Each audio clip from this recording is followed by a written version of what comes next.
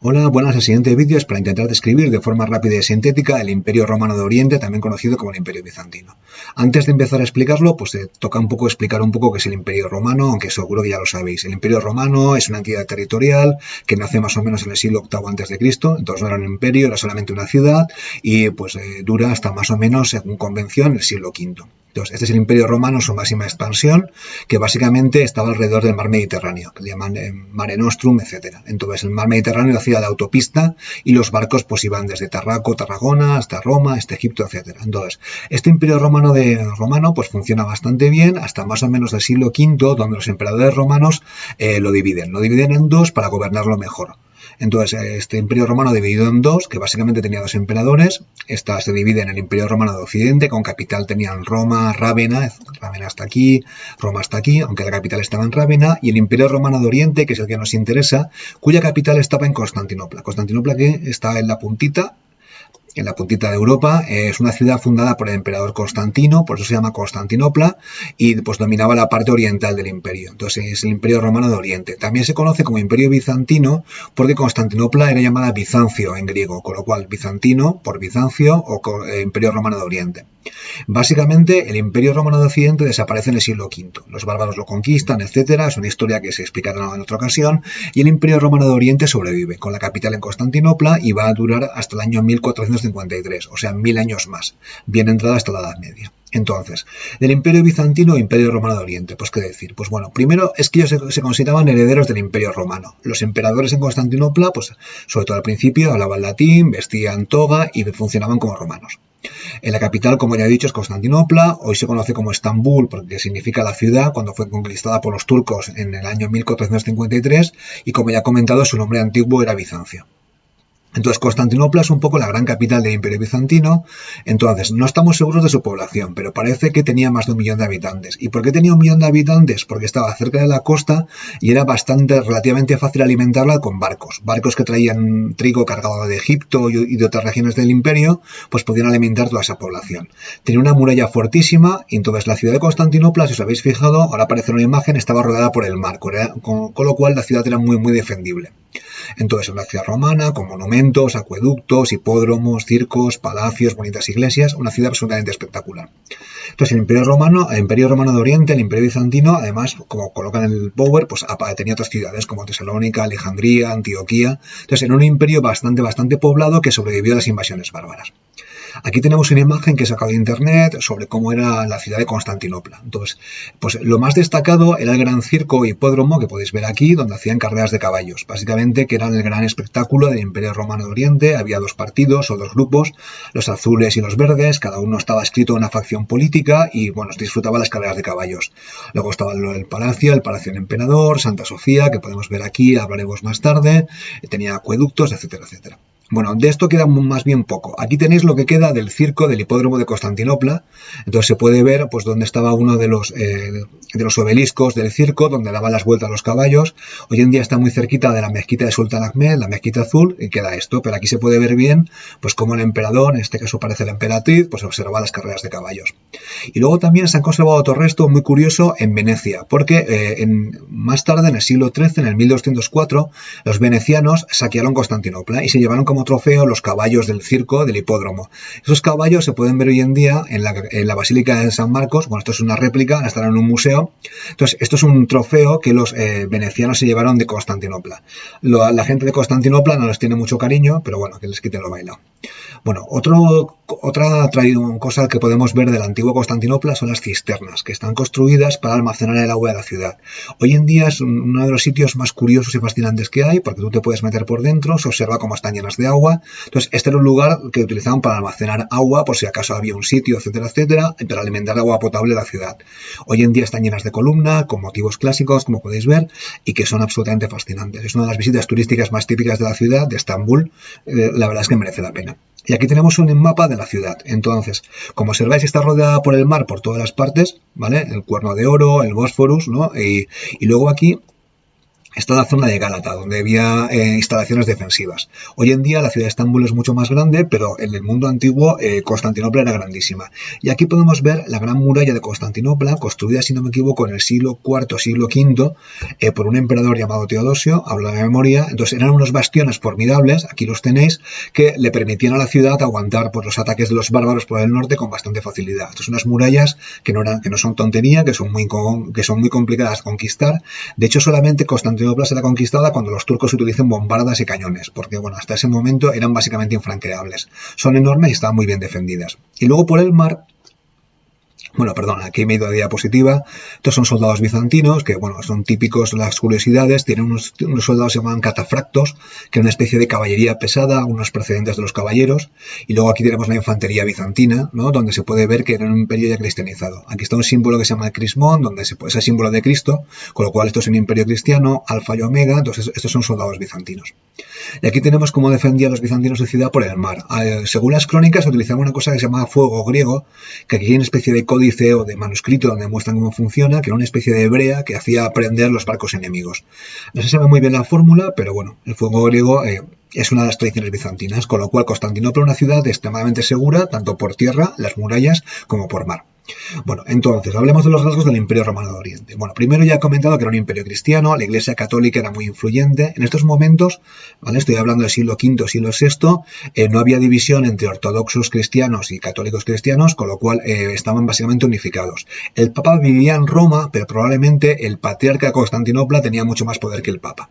Entonces los obispos, que eran los curas más importantes de una región, ejercían de funcionarios o de gobernadores, no todos, pero lo más importante es que estos obispos y los sacerdotes estaban subordinados al poder imperial. El emperador dominaba la iglesia y básicamente hacía que la iglesia siguiera sus órdenes. Y luego después, en cuanto a la cultura, había básicamente dos idiomas. El latín, del antiguo imperio romano, y el griego, que era el idioma de la zona. Entonces, en estos momentos, siglo V, siglo VI después de Cristo, el latín todavía era bastante común, pero el griego poco a poco se va imponiendo. Entonces, el imperio bizantino, no voy a poner diapositivas porque sería muy largo, producía una cultura inmensa. Bueno, pues marfiles, producciones artesanales, códices, etcétera, etcétera. La influencia cultural de Constantinopla es increíble. De hecho, era tras su influencia cultural que misioneros cristianos iban hacia el norte y convirtieron a los eslavos al cristianismo, a los rusos, a los rumanos, a los ucranianos, que de hecho siguen hoy en día la religión cristiana ortodoxa. Entonces, por eso que la importancia de Constantinopla es enorme, sobre todo cultural. Aunque el imperio ha desaparecido, pues su influencia cultural todavía permanece. Aquí tenemos dos mosaicos, porque los bizantinos eran muy buenos haciendo mosaicos, que están en la antigua iglesia de Santa Sofía, que son mosaicos con la figura de Jesús. Son absolutamente dorados, enormes, preciosos. Hoy en día que han convertido la iglesia, el museo en una mezquita, pues los tapan a la hora de hacer la oración, entonces, pero son mosaicos cristianos absolutamente preciosos. Bueno, entonces ahora voy a hablar, los emperadores bizantinos son muchos. Entonces voy a hablar de uno y de su mujer, Justina de Teodora, que básicamente van a intentar reconquistar el imperio romano, como estaba antes. Aquí he hecho un chiste malo, que es el imperio contraataca, como la peli de Star Wars. Entonces vamos a ver qué intenta hacer Justiniano. Justiniano, hay un momento que tiene mucho dinero, muchos fondos, tienen soldados y le va bastante bien, y entonces ataca Italia y la conquista, el norte de África y la conquista, y luego después se embarca en guerras contra el imperio persa sasánida en el este. Entonces, básicamente el imperio romano de Oriente pues intenta reconquistar lo que era el antiguo el imperio romano de antes. También llega a la península ibérica, etcétera, donde estará muy poquitos años. Entonces, lo intentaron conquistar, como he comentado, Italia, el norte de África, el sureste de la península ibérica. Entonces, en los mapas queda muy bien, pero el coste militar y humano de estas conquistas fue muy importante. No solamente los muertos, sino el coste económico, etcétera, etcétera. Y las conquistas de Justiniano, aunque en el mapa quedan bien, parece ser que en la práctica causaron mucho daño. Entonces, ¿cómo lo hizo? Entonces, él básicamente tenía una mujer, Teodora, que ha pasado de la historia como la gran emperatriz bizantina. Ahora hablaré un poquito más de ella. Justiniano era el emperador y luego después tenía colaboradores bastante brillantes. Se conocen por las crónicas el eunuco, que es una persona que le habían cortado los genitales, pero que era un gran servidor del emperador, Narses, que era, si no me equivoco, el experto financiero y un gran general, el general Belisario, que era el líder de los catafractos, y luego después su esposa Teodora, que en la práctica tenía un papel como coemperatriz y básicamente gestionaba el imperio con Justiniano.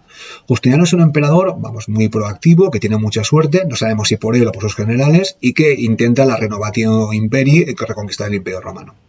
Aquí lo tenemos.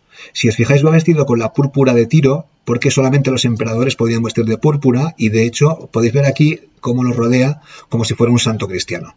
Esto está explicando, vamos, lo he explicado ya, que el emperador dominaba la Iglesia Católica y por supuesto él era un santo porque estaba por encima de los obispos. Aparece vestido como un romano y a su derecha tiene los obispos. Se puede saber que son obispos porque tienen la cabeza tonsurada, le veis aquí la calva, que esto es una cosa para distinguir a los frailes y curas de los laicos, y aquí a su izquierda tiene a sus guerreros con el símbolo de crismón que hemos visto antes, la X y la P, y luego después también sus servidores, que van vestidos a la romana.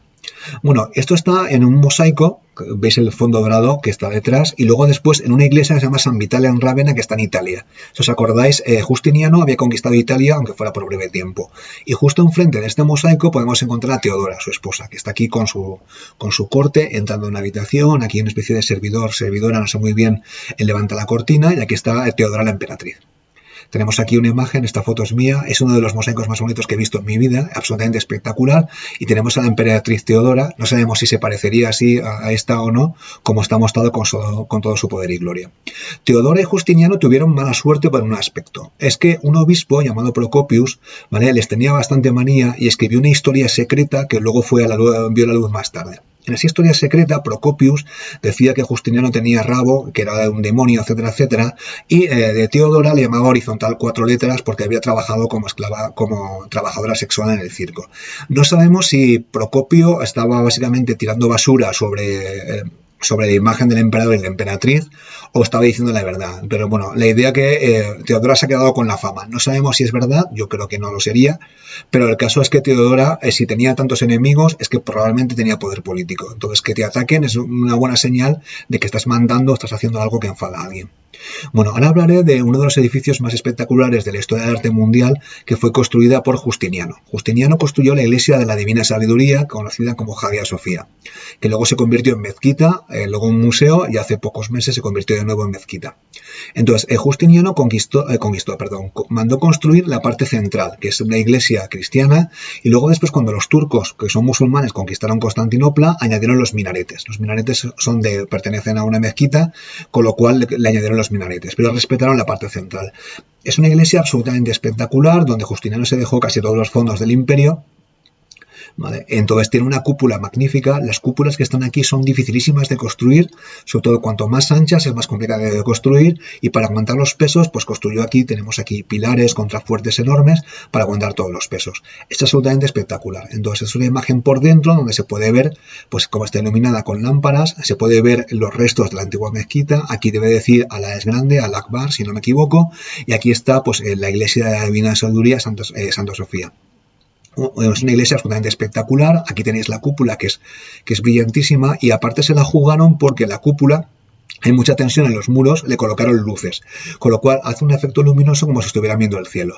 Luego también tiene una tribuna enorme aquí donde el emperador y la emperatriz suponemos que se sentarían para celebrar pues la Eucaristía y para celebrar su poder imperial, porque básicamente la iglesia estaba para celebrar el poder de Justiniano como emperador.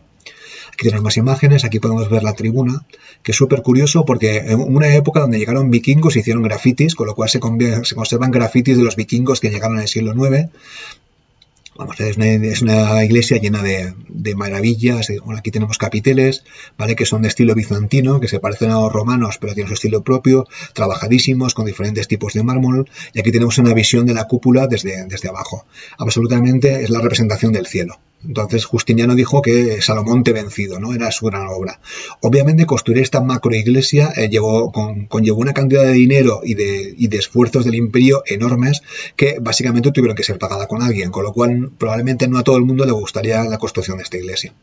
Bueno, aquí os pongo otra iglesia que también está en Tesalónica, que es otra muestra de la capacidad bizantina para construir edificios. La Rotonda en Tesalónica, que también tiene una cúpula enorme, que se puede ver aquí, aunque obviamente está en peor estado. Está construida de ladrillo.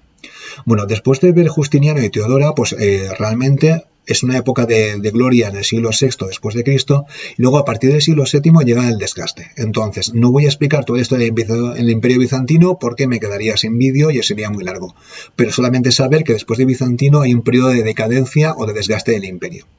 Entonces, causas del declive. Primero, las políticas de Justiniano, como he comentado, pues no gustaron a todo el mundo. Entonces, había que pagar impuestos, hubo montones de muertos, la conquista de Italia supuso una cantidad de muertos y destrucción enorme. Entonces, esto a los súbditos del imperio no les gustó nada, porque pagar impuestos no le gusta a nadie y la guerra tampoco. Entonces, las guerras, como he comentado, con el imperio persa en Italia fueron muy costosas, etcétera, etcétera. Luego después hubo una peste que afectó a Constantinopla y entonces cuanta más gente hay en una ciudad, las pestes son más peligrosas, por lo cual, bueno, no os tengo que comentar nada ahora mismo sobre el tema del aislamiento. Entonces esa peste afectó a miles y miles de personas, murieron muchísimos y el imperio bizantino perdió población. Luego hubo disputas religiosas porque no todo el mundo aceptaba el poder del emperador, había algunas sectas cristianas que tenían ideas diferentes y hubo disputas religiosas. Y luego después, no lo voy a comentar ahora, en el siglo VII aparece una nueva religión en Arabia, pues fundada por Mahoma, y los árabes pues al final pondrán el imperio a la defensiva, lo derrotarán. Eso sí, el imperio bizantino estaba excelentemente organizado, con lo cual consiguió sobrevivir y duró básicamente 800 años más. Bueno, espero que se haya quedado un poquito claro el imperio bizantino y con esto concluye el vídeo.